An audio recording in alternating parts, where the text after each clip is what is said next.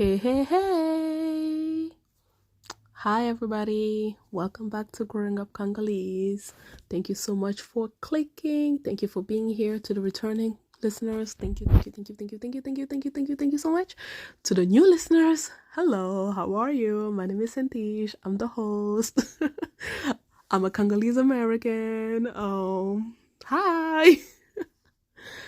Guys, if you are new here, just get used to the awkward introductions. It's awkward because I just never know how to start a topic, because I'm talking about serious stuff, but I try to make it light because because I don't want to be depressed, and I feel like if I'm depressed, you're going to be depressed as well. So that's why I'm very, like, I like to have a jovial introduction. But welcome back. Thank you so much for checking me out. Please follow, share with your friends, comment, send me messages. I love reading stuff. I also have a blog, See the World. It's a play on my name, CYTHE and world. Yeah. So yeah, thank you so much for being here, and let's dive into the topic of the day. So today we're gonna talk about la francophonie. La francophonie. Nous allons parler de la francophonie. So La Francophonie, which is an organization of that was created for French-speaking countries. Last year they had a celebration in the Congo, my native country, where countries, French-speaking countries from all over the world who are part of this organization came to showcase their arts, their cultures, and everything. So it is a interesting organization. It's fun in some aspects and everything, and it's a great it does when you're trying to be diplomatic, and also you have to understand this, right? I study politics. I have my bachelor's in political science, and I have my master degree in development and conflict resolutions. And my region of interest is the Great Lakes. That's where my family is from, and I'm very cautious about what I say.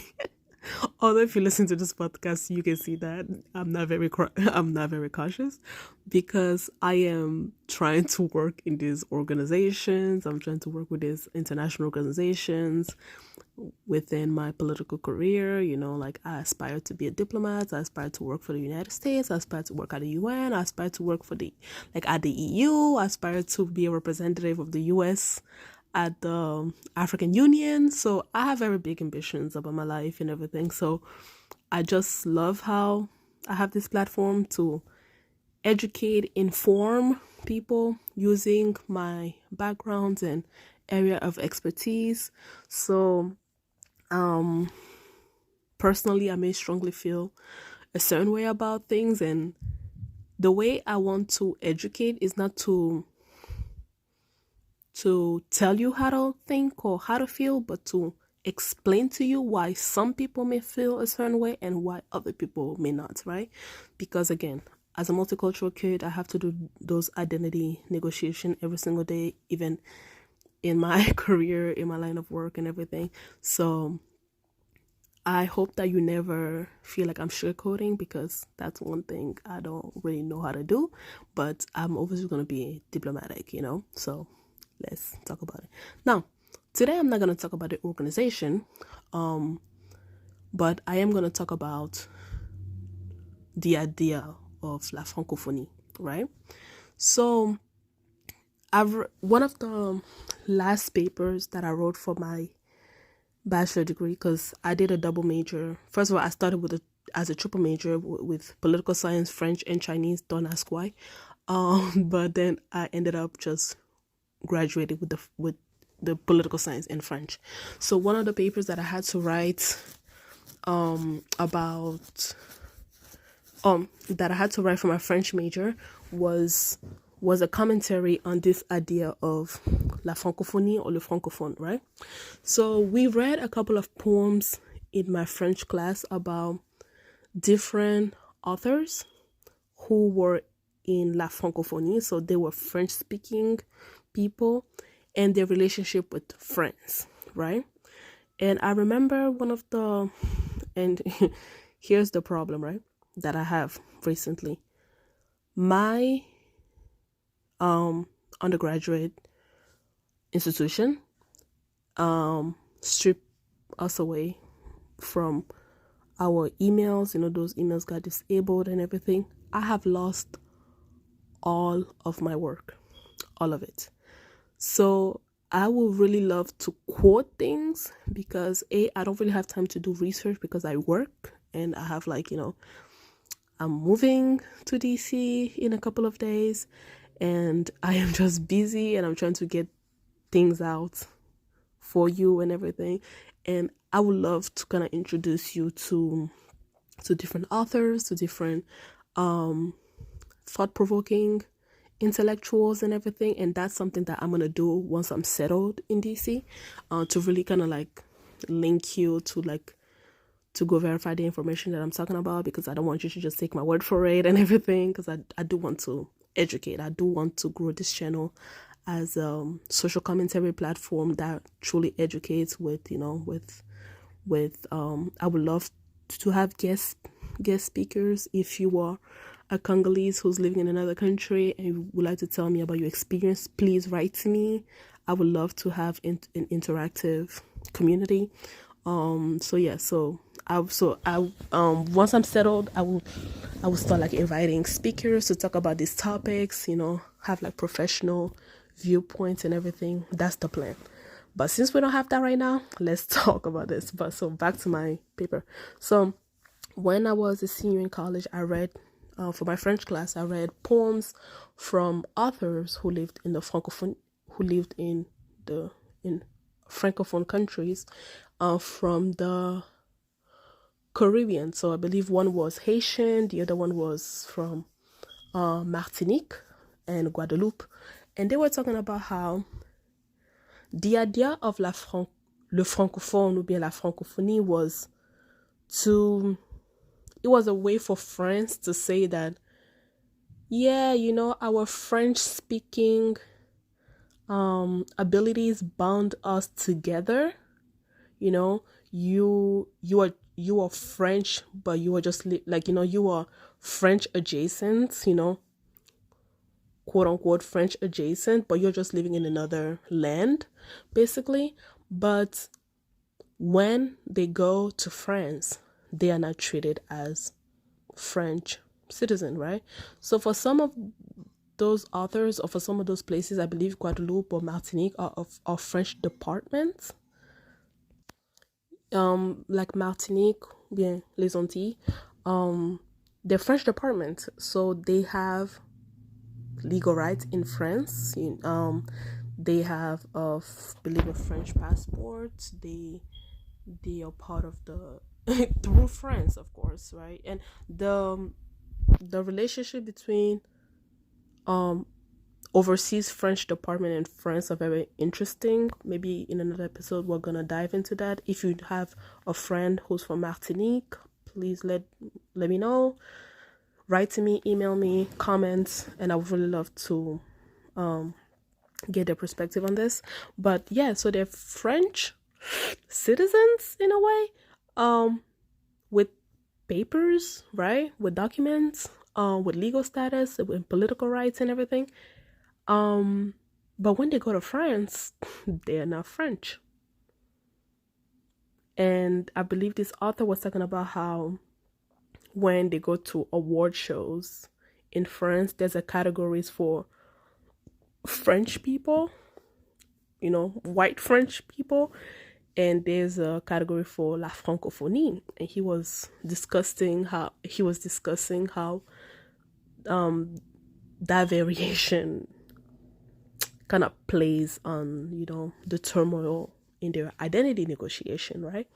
And for my paper, I talked about whether or not it was fair for Francophone countries in Africa to use French as their business language, or as, especially in Africa. So the Congo is the largest French-speaking countries. Because there's more people in also the Congo. More people speak French in the Congo than in France. And the Congo is a very interesting country because outside of French, you have 4 other main languages. And those languages are not shared by everybody, right? I believe I've explained that my ethnicity, like, I am a Luba Swahili. So as a Luba person, I speak Chiluba. So my native language is Chiluba. And as a Swahili person, my language is Swahili. So although we speak Lingala, Lingala is not our native language. It is not native to our ethnic group. The people who speak Lingala are predominantly people who live in Kinshasa and people who are from the Ngala tribe and from the Ngala province. So me, as a Swahili Luba girl, saying that my native language is Lingala is like a German person saying their native language is French, right? That sentence does not make logical sense. So, because of that, French is used in our politics, is used in our administrations. It is the common language that most of us use. Last month, when the president won his re-election, he gave his speech in French, which pissed me off, right? I was like, he's talking to Congolese people. Why is he speaking French, right? I understand the argument of like, well, throughout all the regions, you will find more people who speak French than people who speak Lingala or Swahili or Chiluba or Kikongo. So if he were to speak one of the native language, he should speak all 4 of the native language in order to appeal to all four main, like, in order to appeal to the big main tribes, right? And my response to that is, so he should do that. When they campaign, they go to different regions where people speak different languages, and they learn to speak a couple of sentences in order to appeal to those people. So why not do that during a presidential speech? Why is a Congolese president giving his inaugural address to Congolese people in French? Why? That does not make logical sense to me.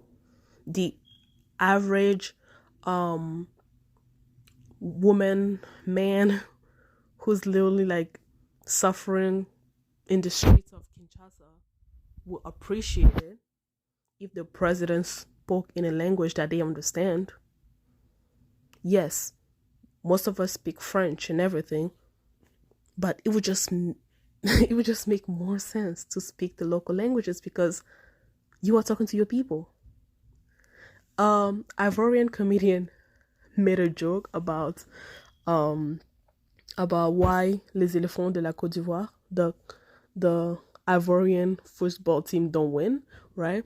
And he said that, when people from Burkina Faso are playing, they speak their native tongue, right? They speak their native tongue to tell each other secrets. When they play with Ghana, Ghanaian team will speak, a native tongue in order to tell each other secrets. But because Côte d'Ivoire, because of everyone is just so divided, like in their ethnicity, they use French as their common language. When they speak French, the other teams can understand what they're saying. You're literally telling your secrets to the enemy if you speak French. So that's why they usually lose, because they don't have a language to unite them, right? For most part, it's true about the Congo, right? We don't really have a language. Like, you can say Lingala, but if you go to the Swahili region, they don't speak Lingala, they speak Swahili, So I thought about, this problematic, and I'm like, what is the right solution? So in my paper, I looked at Ivorian art versus Congolese art. If you listen to my episode on Congolese music, you will know that our music, our art is predominantly in Lingala. They are predominantly in Lingala. We are the only country in Africa, for most part, whose art is not in a colonial language, right? Our movies are in Lingala. Our music is in Lingala, which makes it harder to market, right? When you go on Netflix now, there are movies there are Nigerian movies, South African movies, and they are in English, right? Of course, they sometimes use Igbo words or Igbo or Yoruba words and everything, but the movie is predominantly in English, so it's easier to receive, right? Lingala is one of those languages that when you translate, you lose the meaning of the entire sentence. You lose the meaning of the entire sentence. So, in order for Congolese art to be consumed, it has to be in French. So the writer has to write the entire scenario in French. This Congolese producer has started doing this year because she wants to reach like a global market. So her movies now are in French. And I economically understand why, right? But I just feel like in order to placate a global audience, we lose our culture. We lose our language. I learned to speak Lingala through Congolese music and Congolese movies. That's how I learned to speak Lingala. The same way the same way I had to learn how to speak English by watching English-speaking movies. So the problematique of being part of La Francophonie, or being, and I'm not talking about the organization, I'm just talking about of being, a Francophone or using French, especially for us, is not just the fact that we feel like in order to be accepted in the world, we have to abide by Western standards, and indirectly, wasn't that the colonial project? Do you see what I mean? Isn't that in essence what colonialism was? Are we not still living in colonialism? Right? Because, and using the Martinique problematique with what the authors were talking about, is like, we speak French. We have legal documentation. We are French in a way. But do those people see us as French? Do we have value? Are we validated? Is there a world where you can ever be validated because you speak the language? Is it possible? Because you have to lose your culture. So you're not being validated in your culture, but now you adopt another culture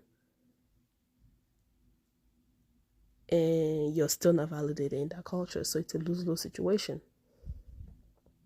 And that's the thing with Fally Ipupa, one of the biggest Congolese musicians. This man ended 2023 on a bang. He played in the biggest arenas in Europe, and it is not false to say that he would have not done so if he had not changed his music, if he had not changed his sound. This man does not play pure rumba anymore. You know, his music has taken like a Western makeover. Not only does he has French and everything, but he just doesn't his music doesn't sound Congolese anymore. But it did give him global success.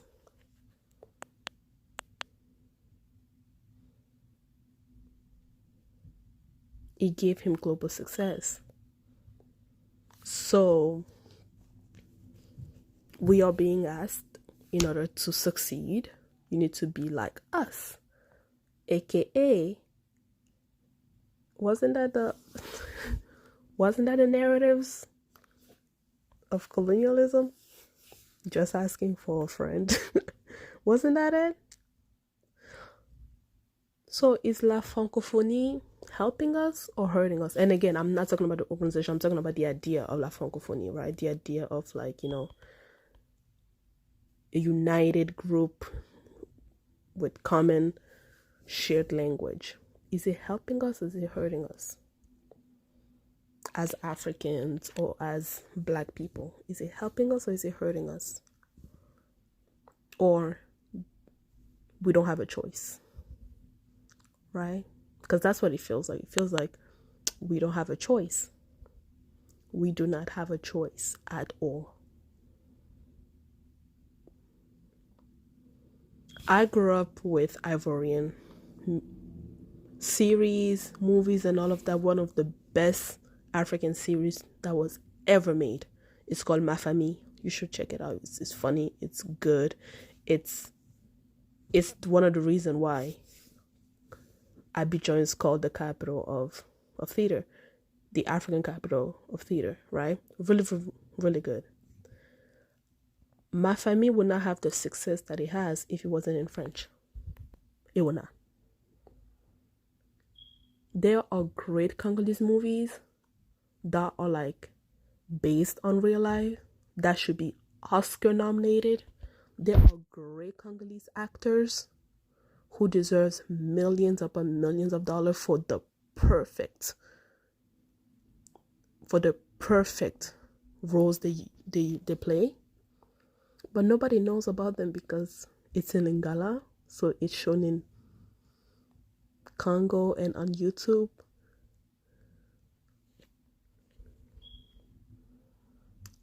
Like, Congolese cinema has not been on YouTube because cinema in the Congo does not pay the way it should be paying.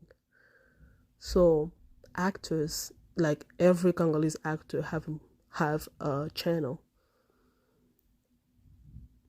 and they do like a zonzing, where it's like, you know, you come and act in my movie, and then I'm gonna give you, you know, $100 per episode, and then I will come and act in your movie, like, you know, for your channel and everything. That's how they're making a living, because they do not have that global audience because of the language. So now, in order to rebrand, they're having to do movies in French, which is, again, I understand that, right? Because they need to be paid, they need to make a living, because, you know, is an art that has to pay, right? But as a nostalgic Congolese girl who used these movies and music to learn about my culture, to learn about my traditions and everything, I'm losing, right?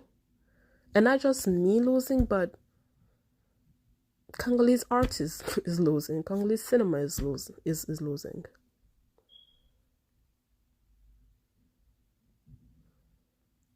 So it's just a weird realization that for us, colonization has not really ended. It just took a different form. Because the narrative still exists and we have to abide by those rules in order to succeed. So when people say, oh yeah, well, it's a long time ago. No, it's not. My mother's eldest brother just turned 70 and the Congo is 65 years old. So that means that my uncle was alive during colonization. So the other day, like I was talking to my mom about something and they was talking about like this stadium and everything, and my mom was like, oh yeah, your grandpa and his friends built that stadium. And I was like, wait, what? Where does that say? And then she's like, yeah, because, and I'm like, oh wow. Damn, so my grandpa was one of the so my grandpa did, damn, my grandpa saw colonization. My grandpa saw colonization. My grandpa was called a macaque. Interesting, right? So it's not that long ago. And this is a perfect example that shows you how Africans and Caribbeans, Black nations, are still operating under the guise of colonization. The white man may have physically left, but his institution have stayed.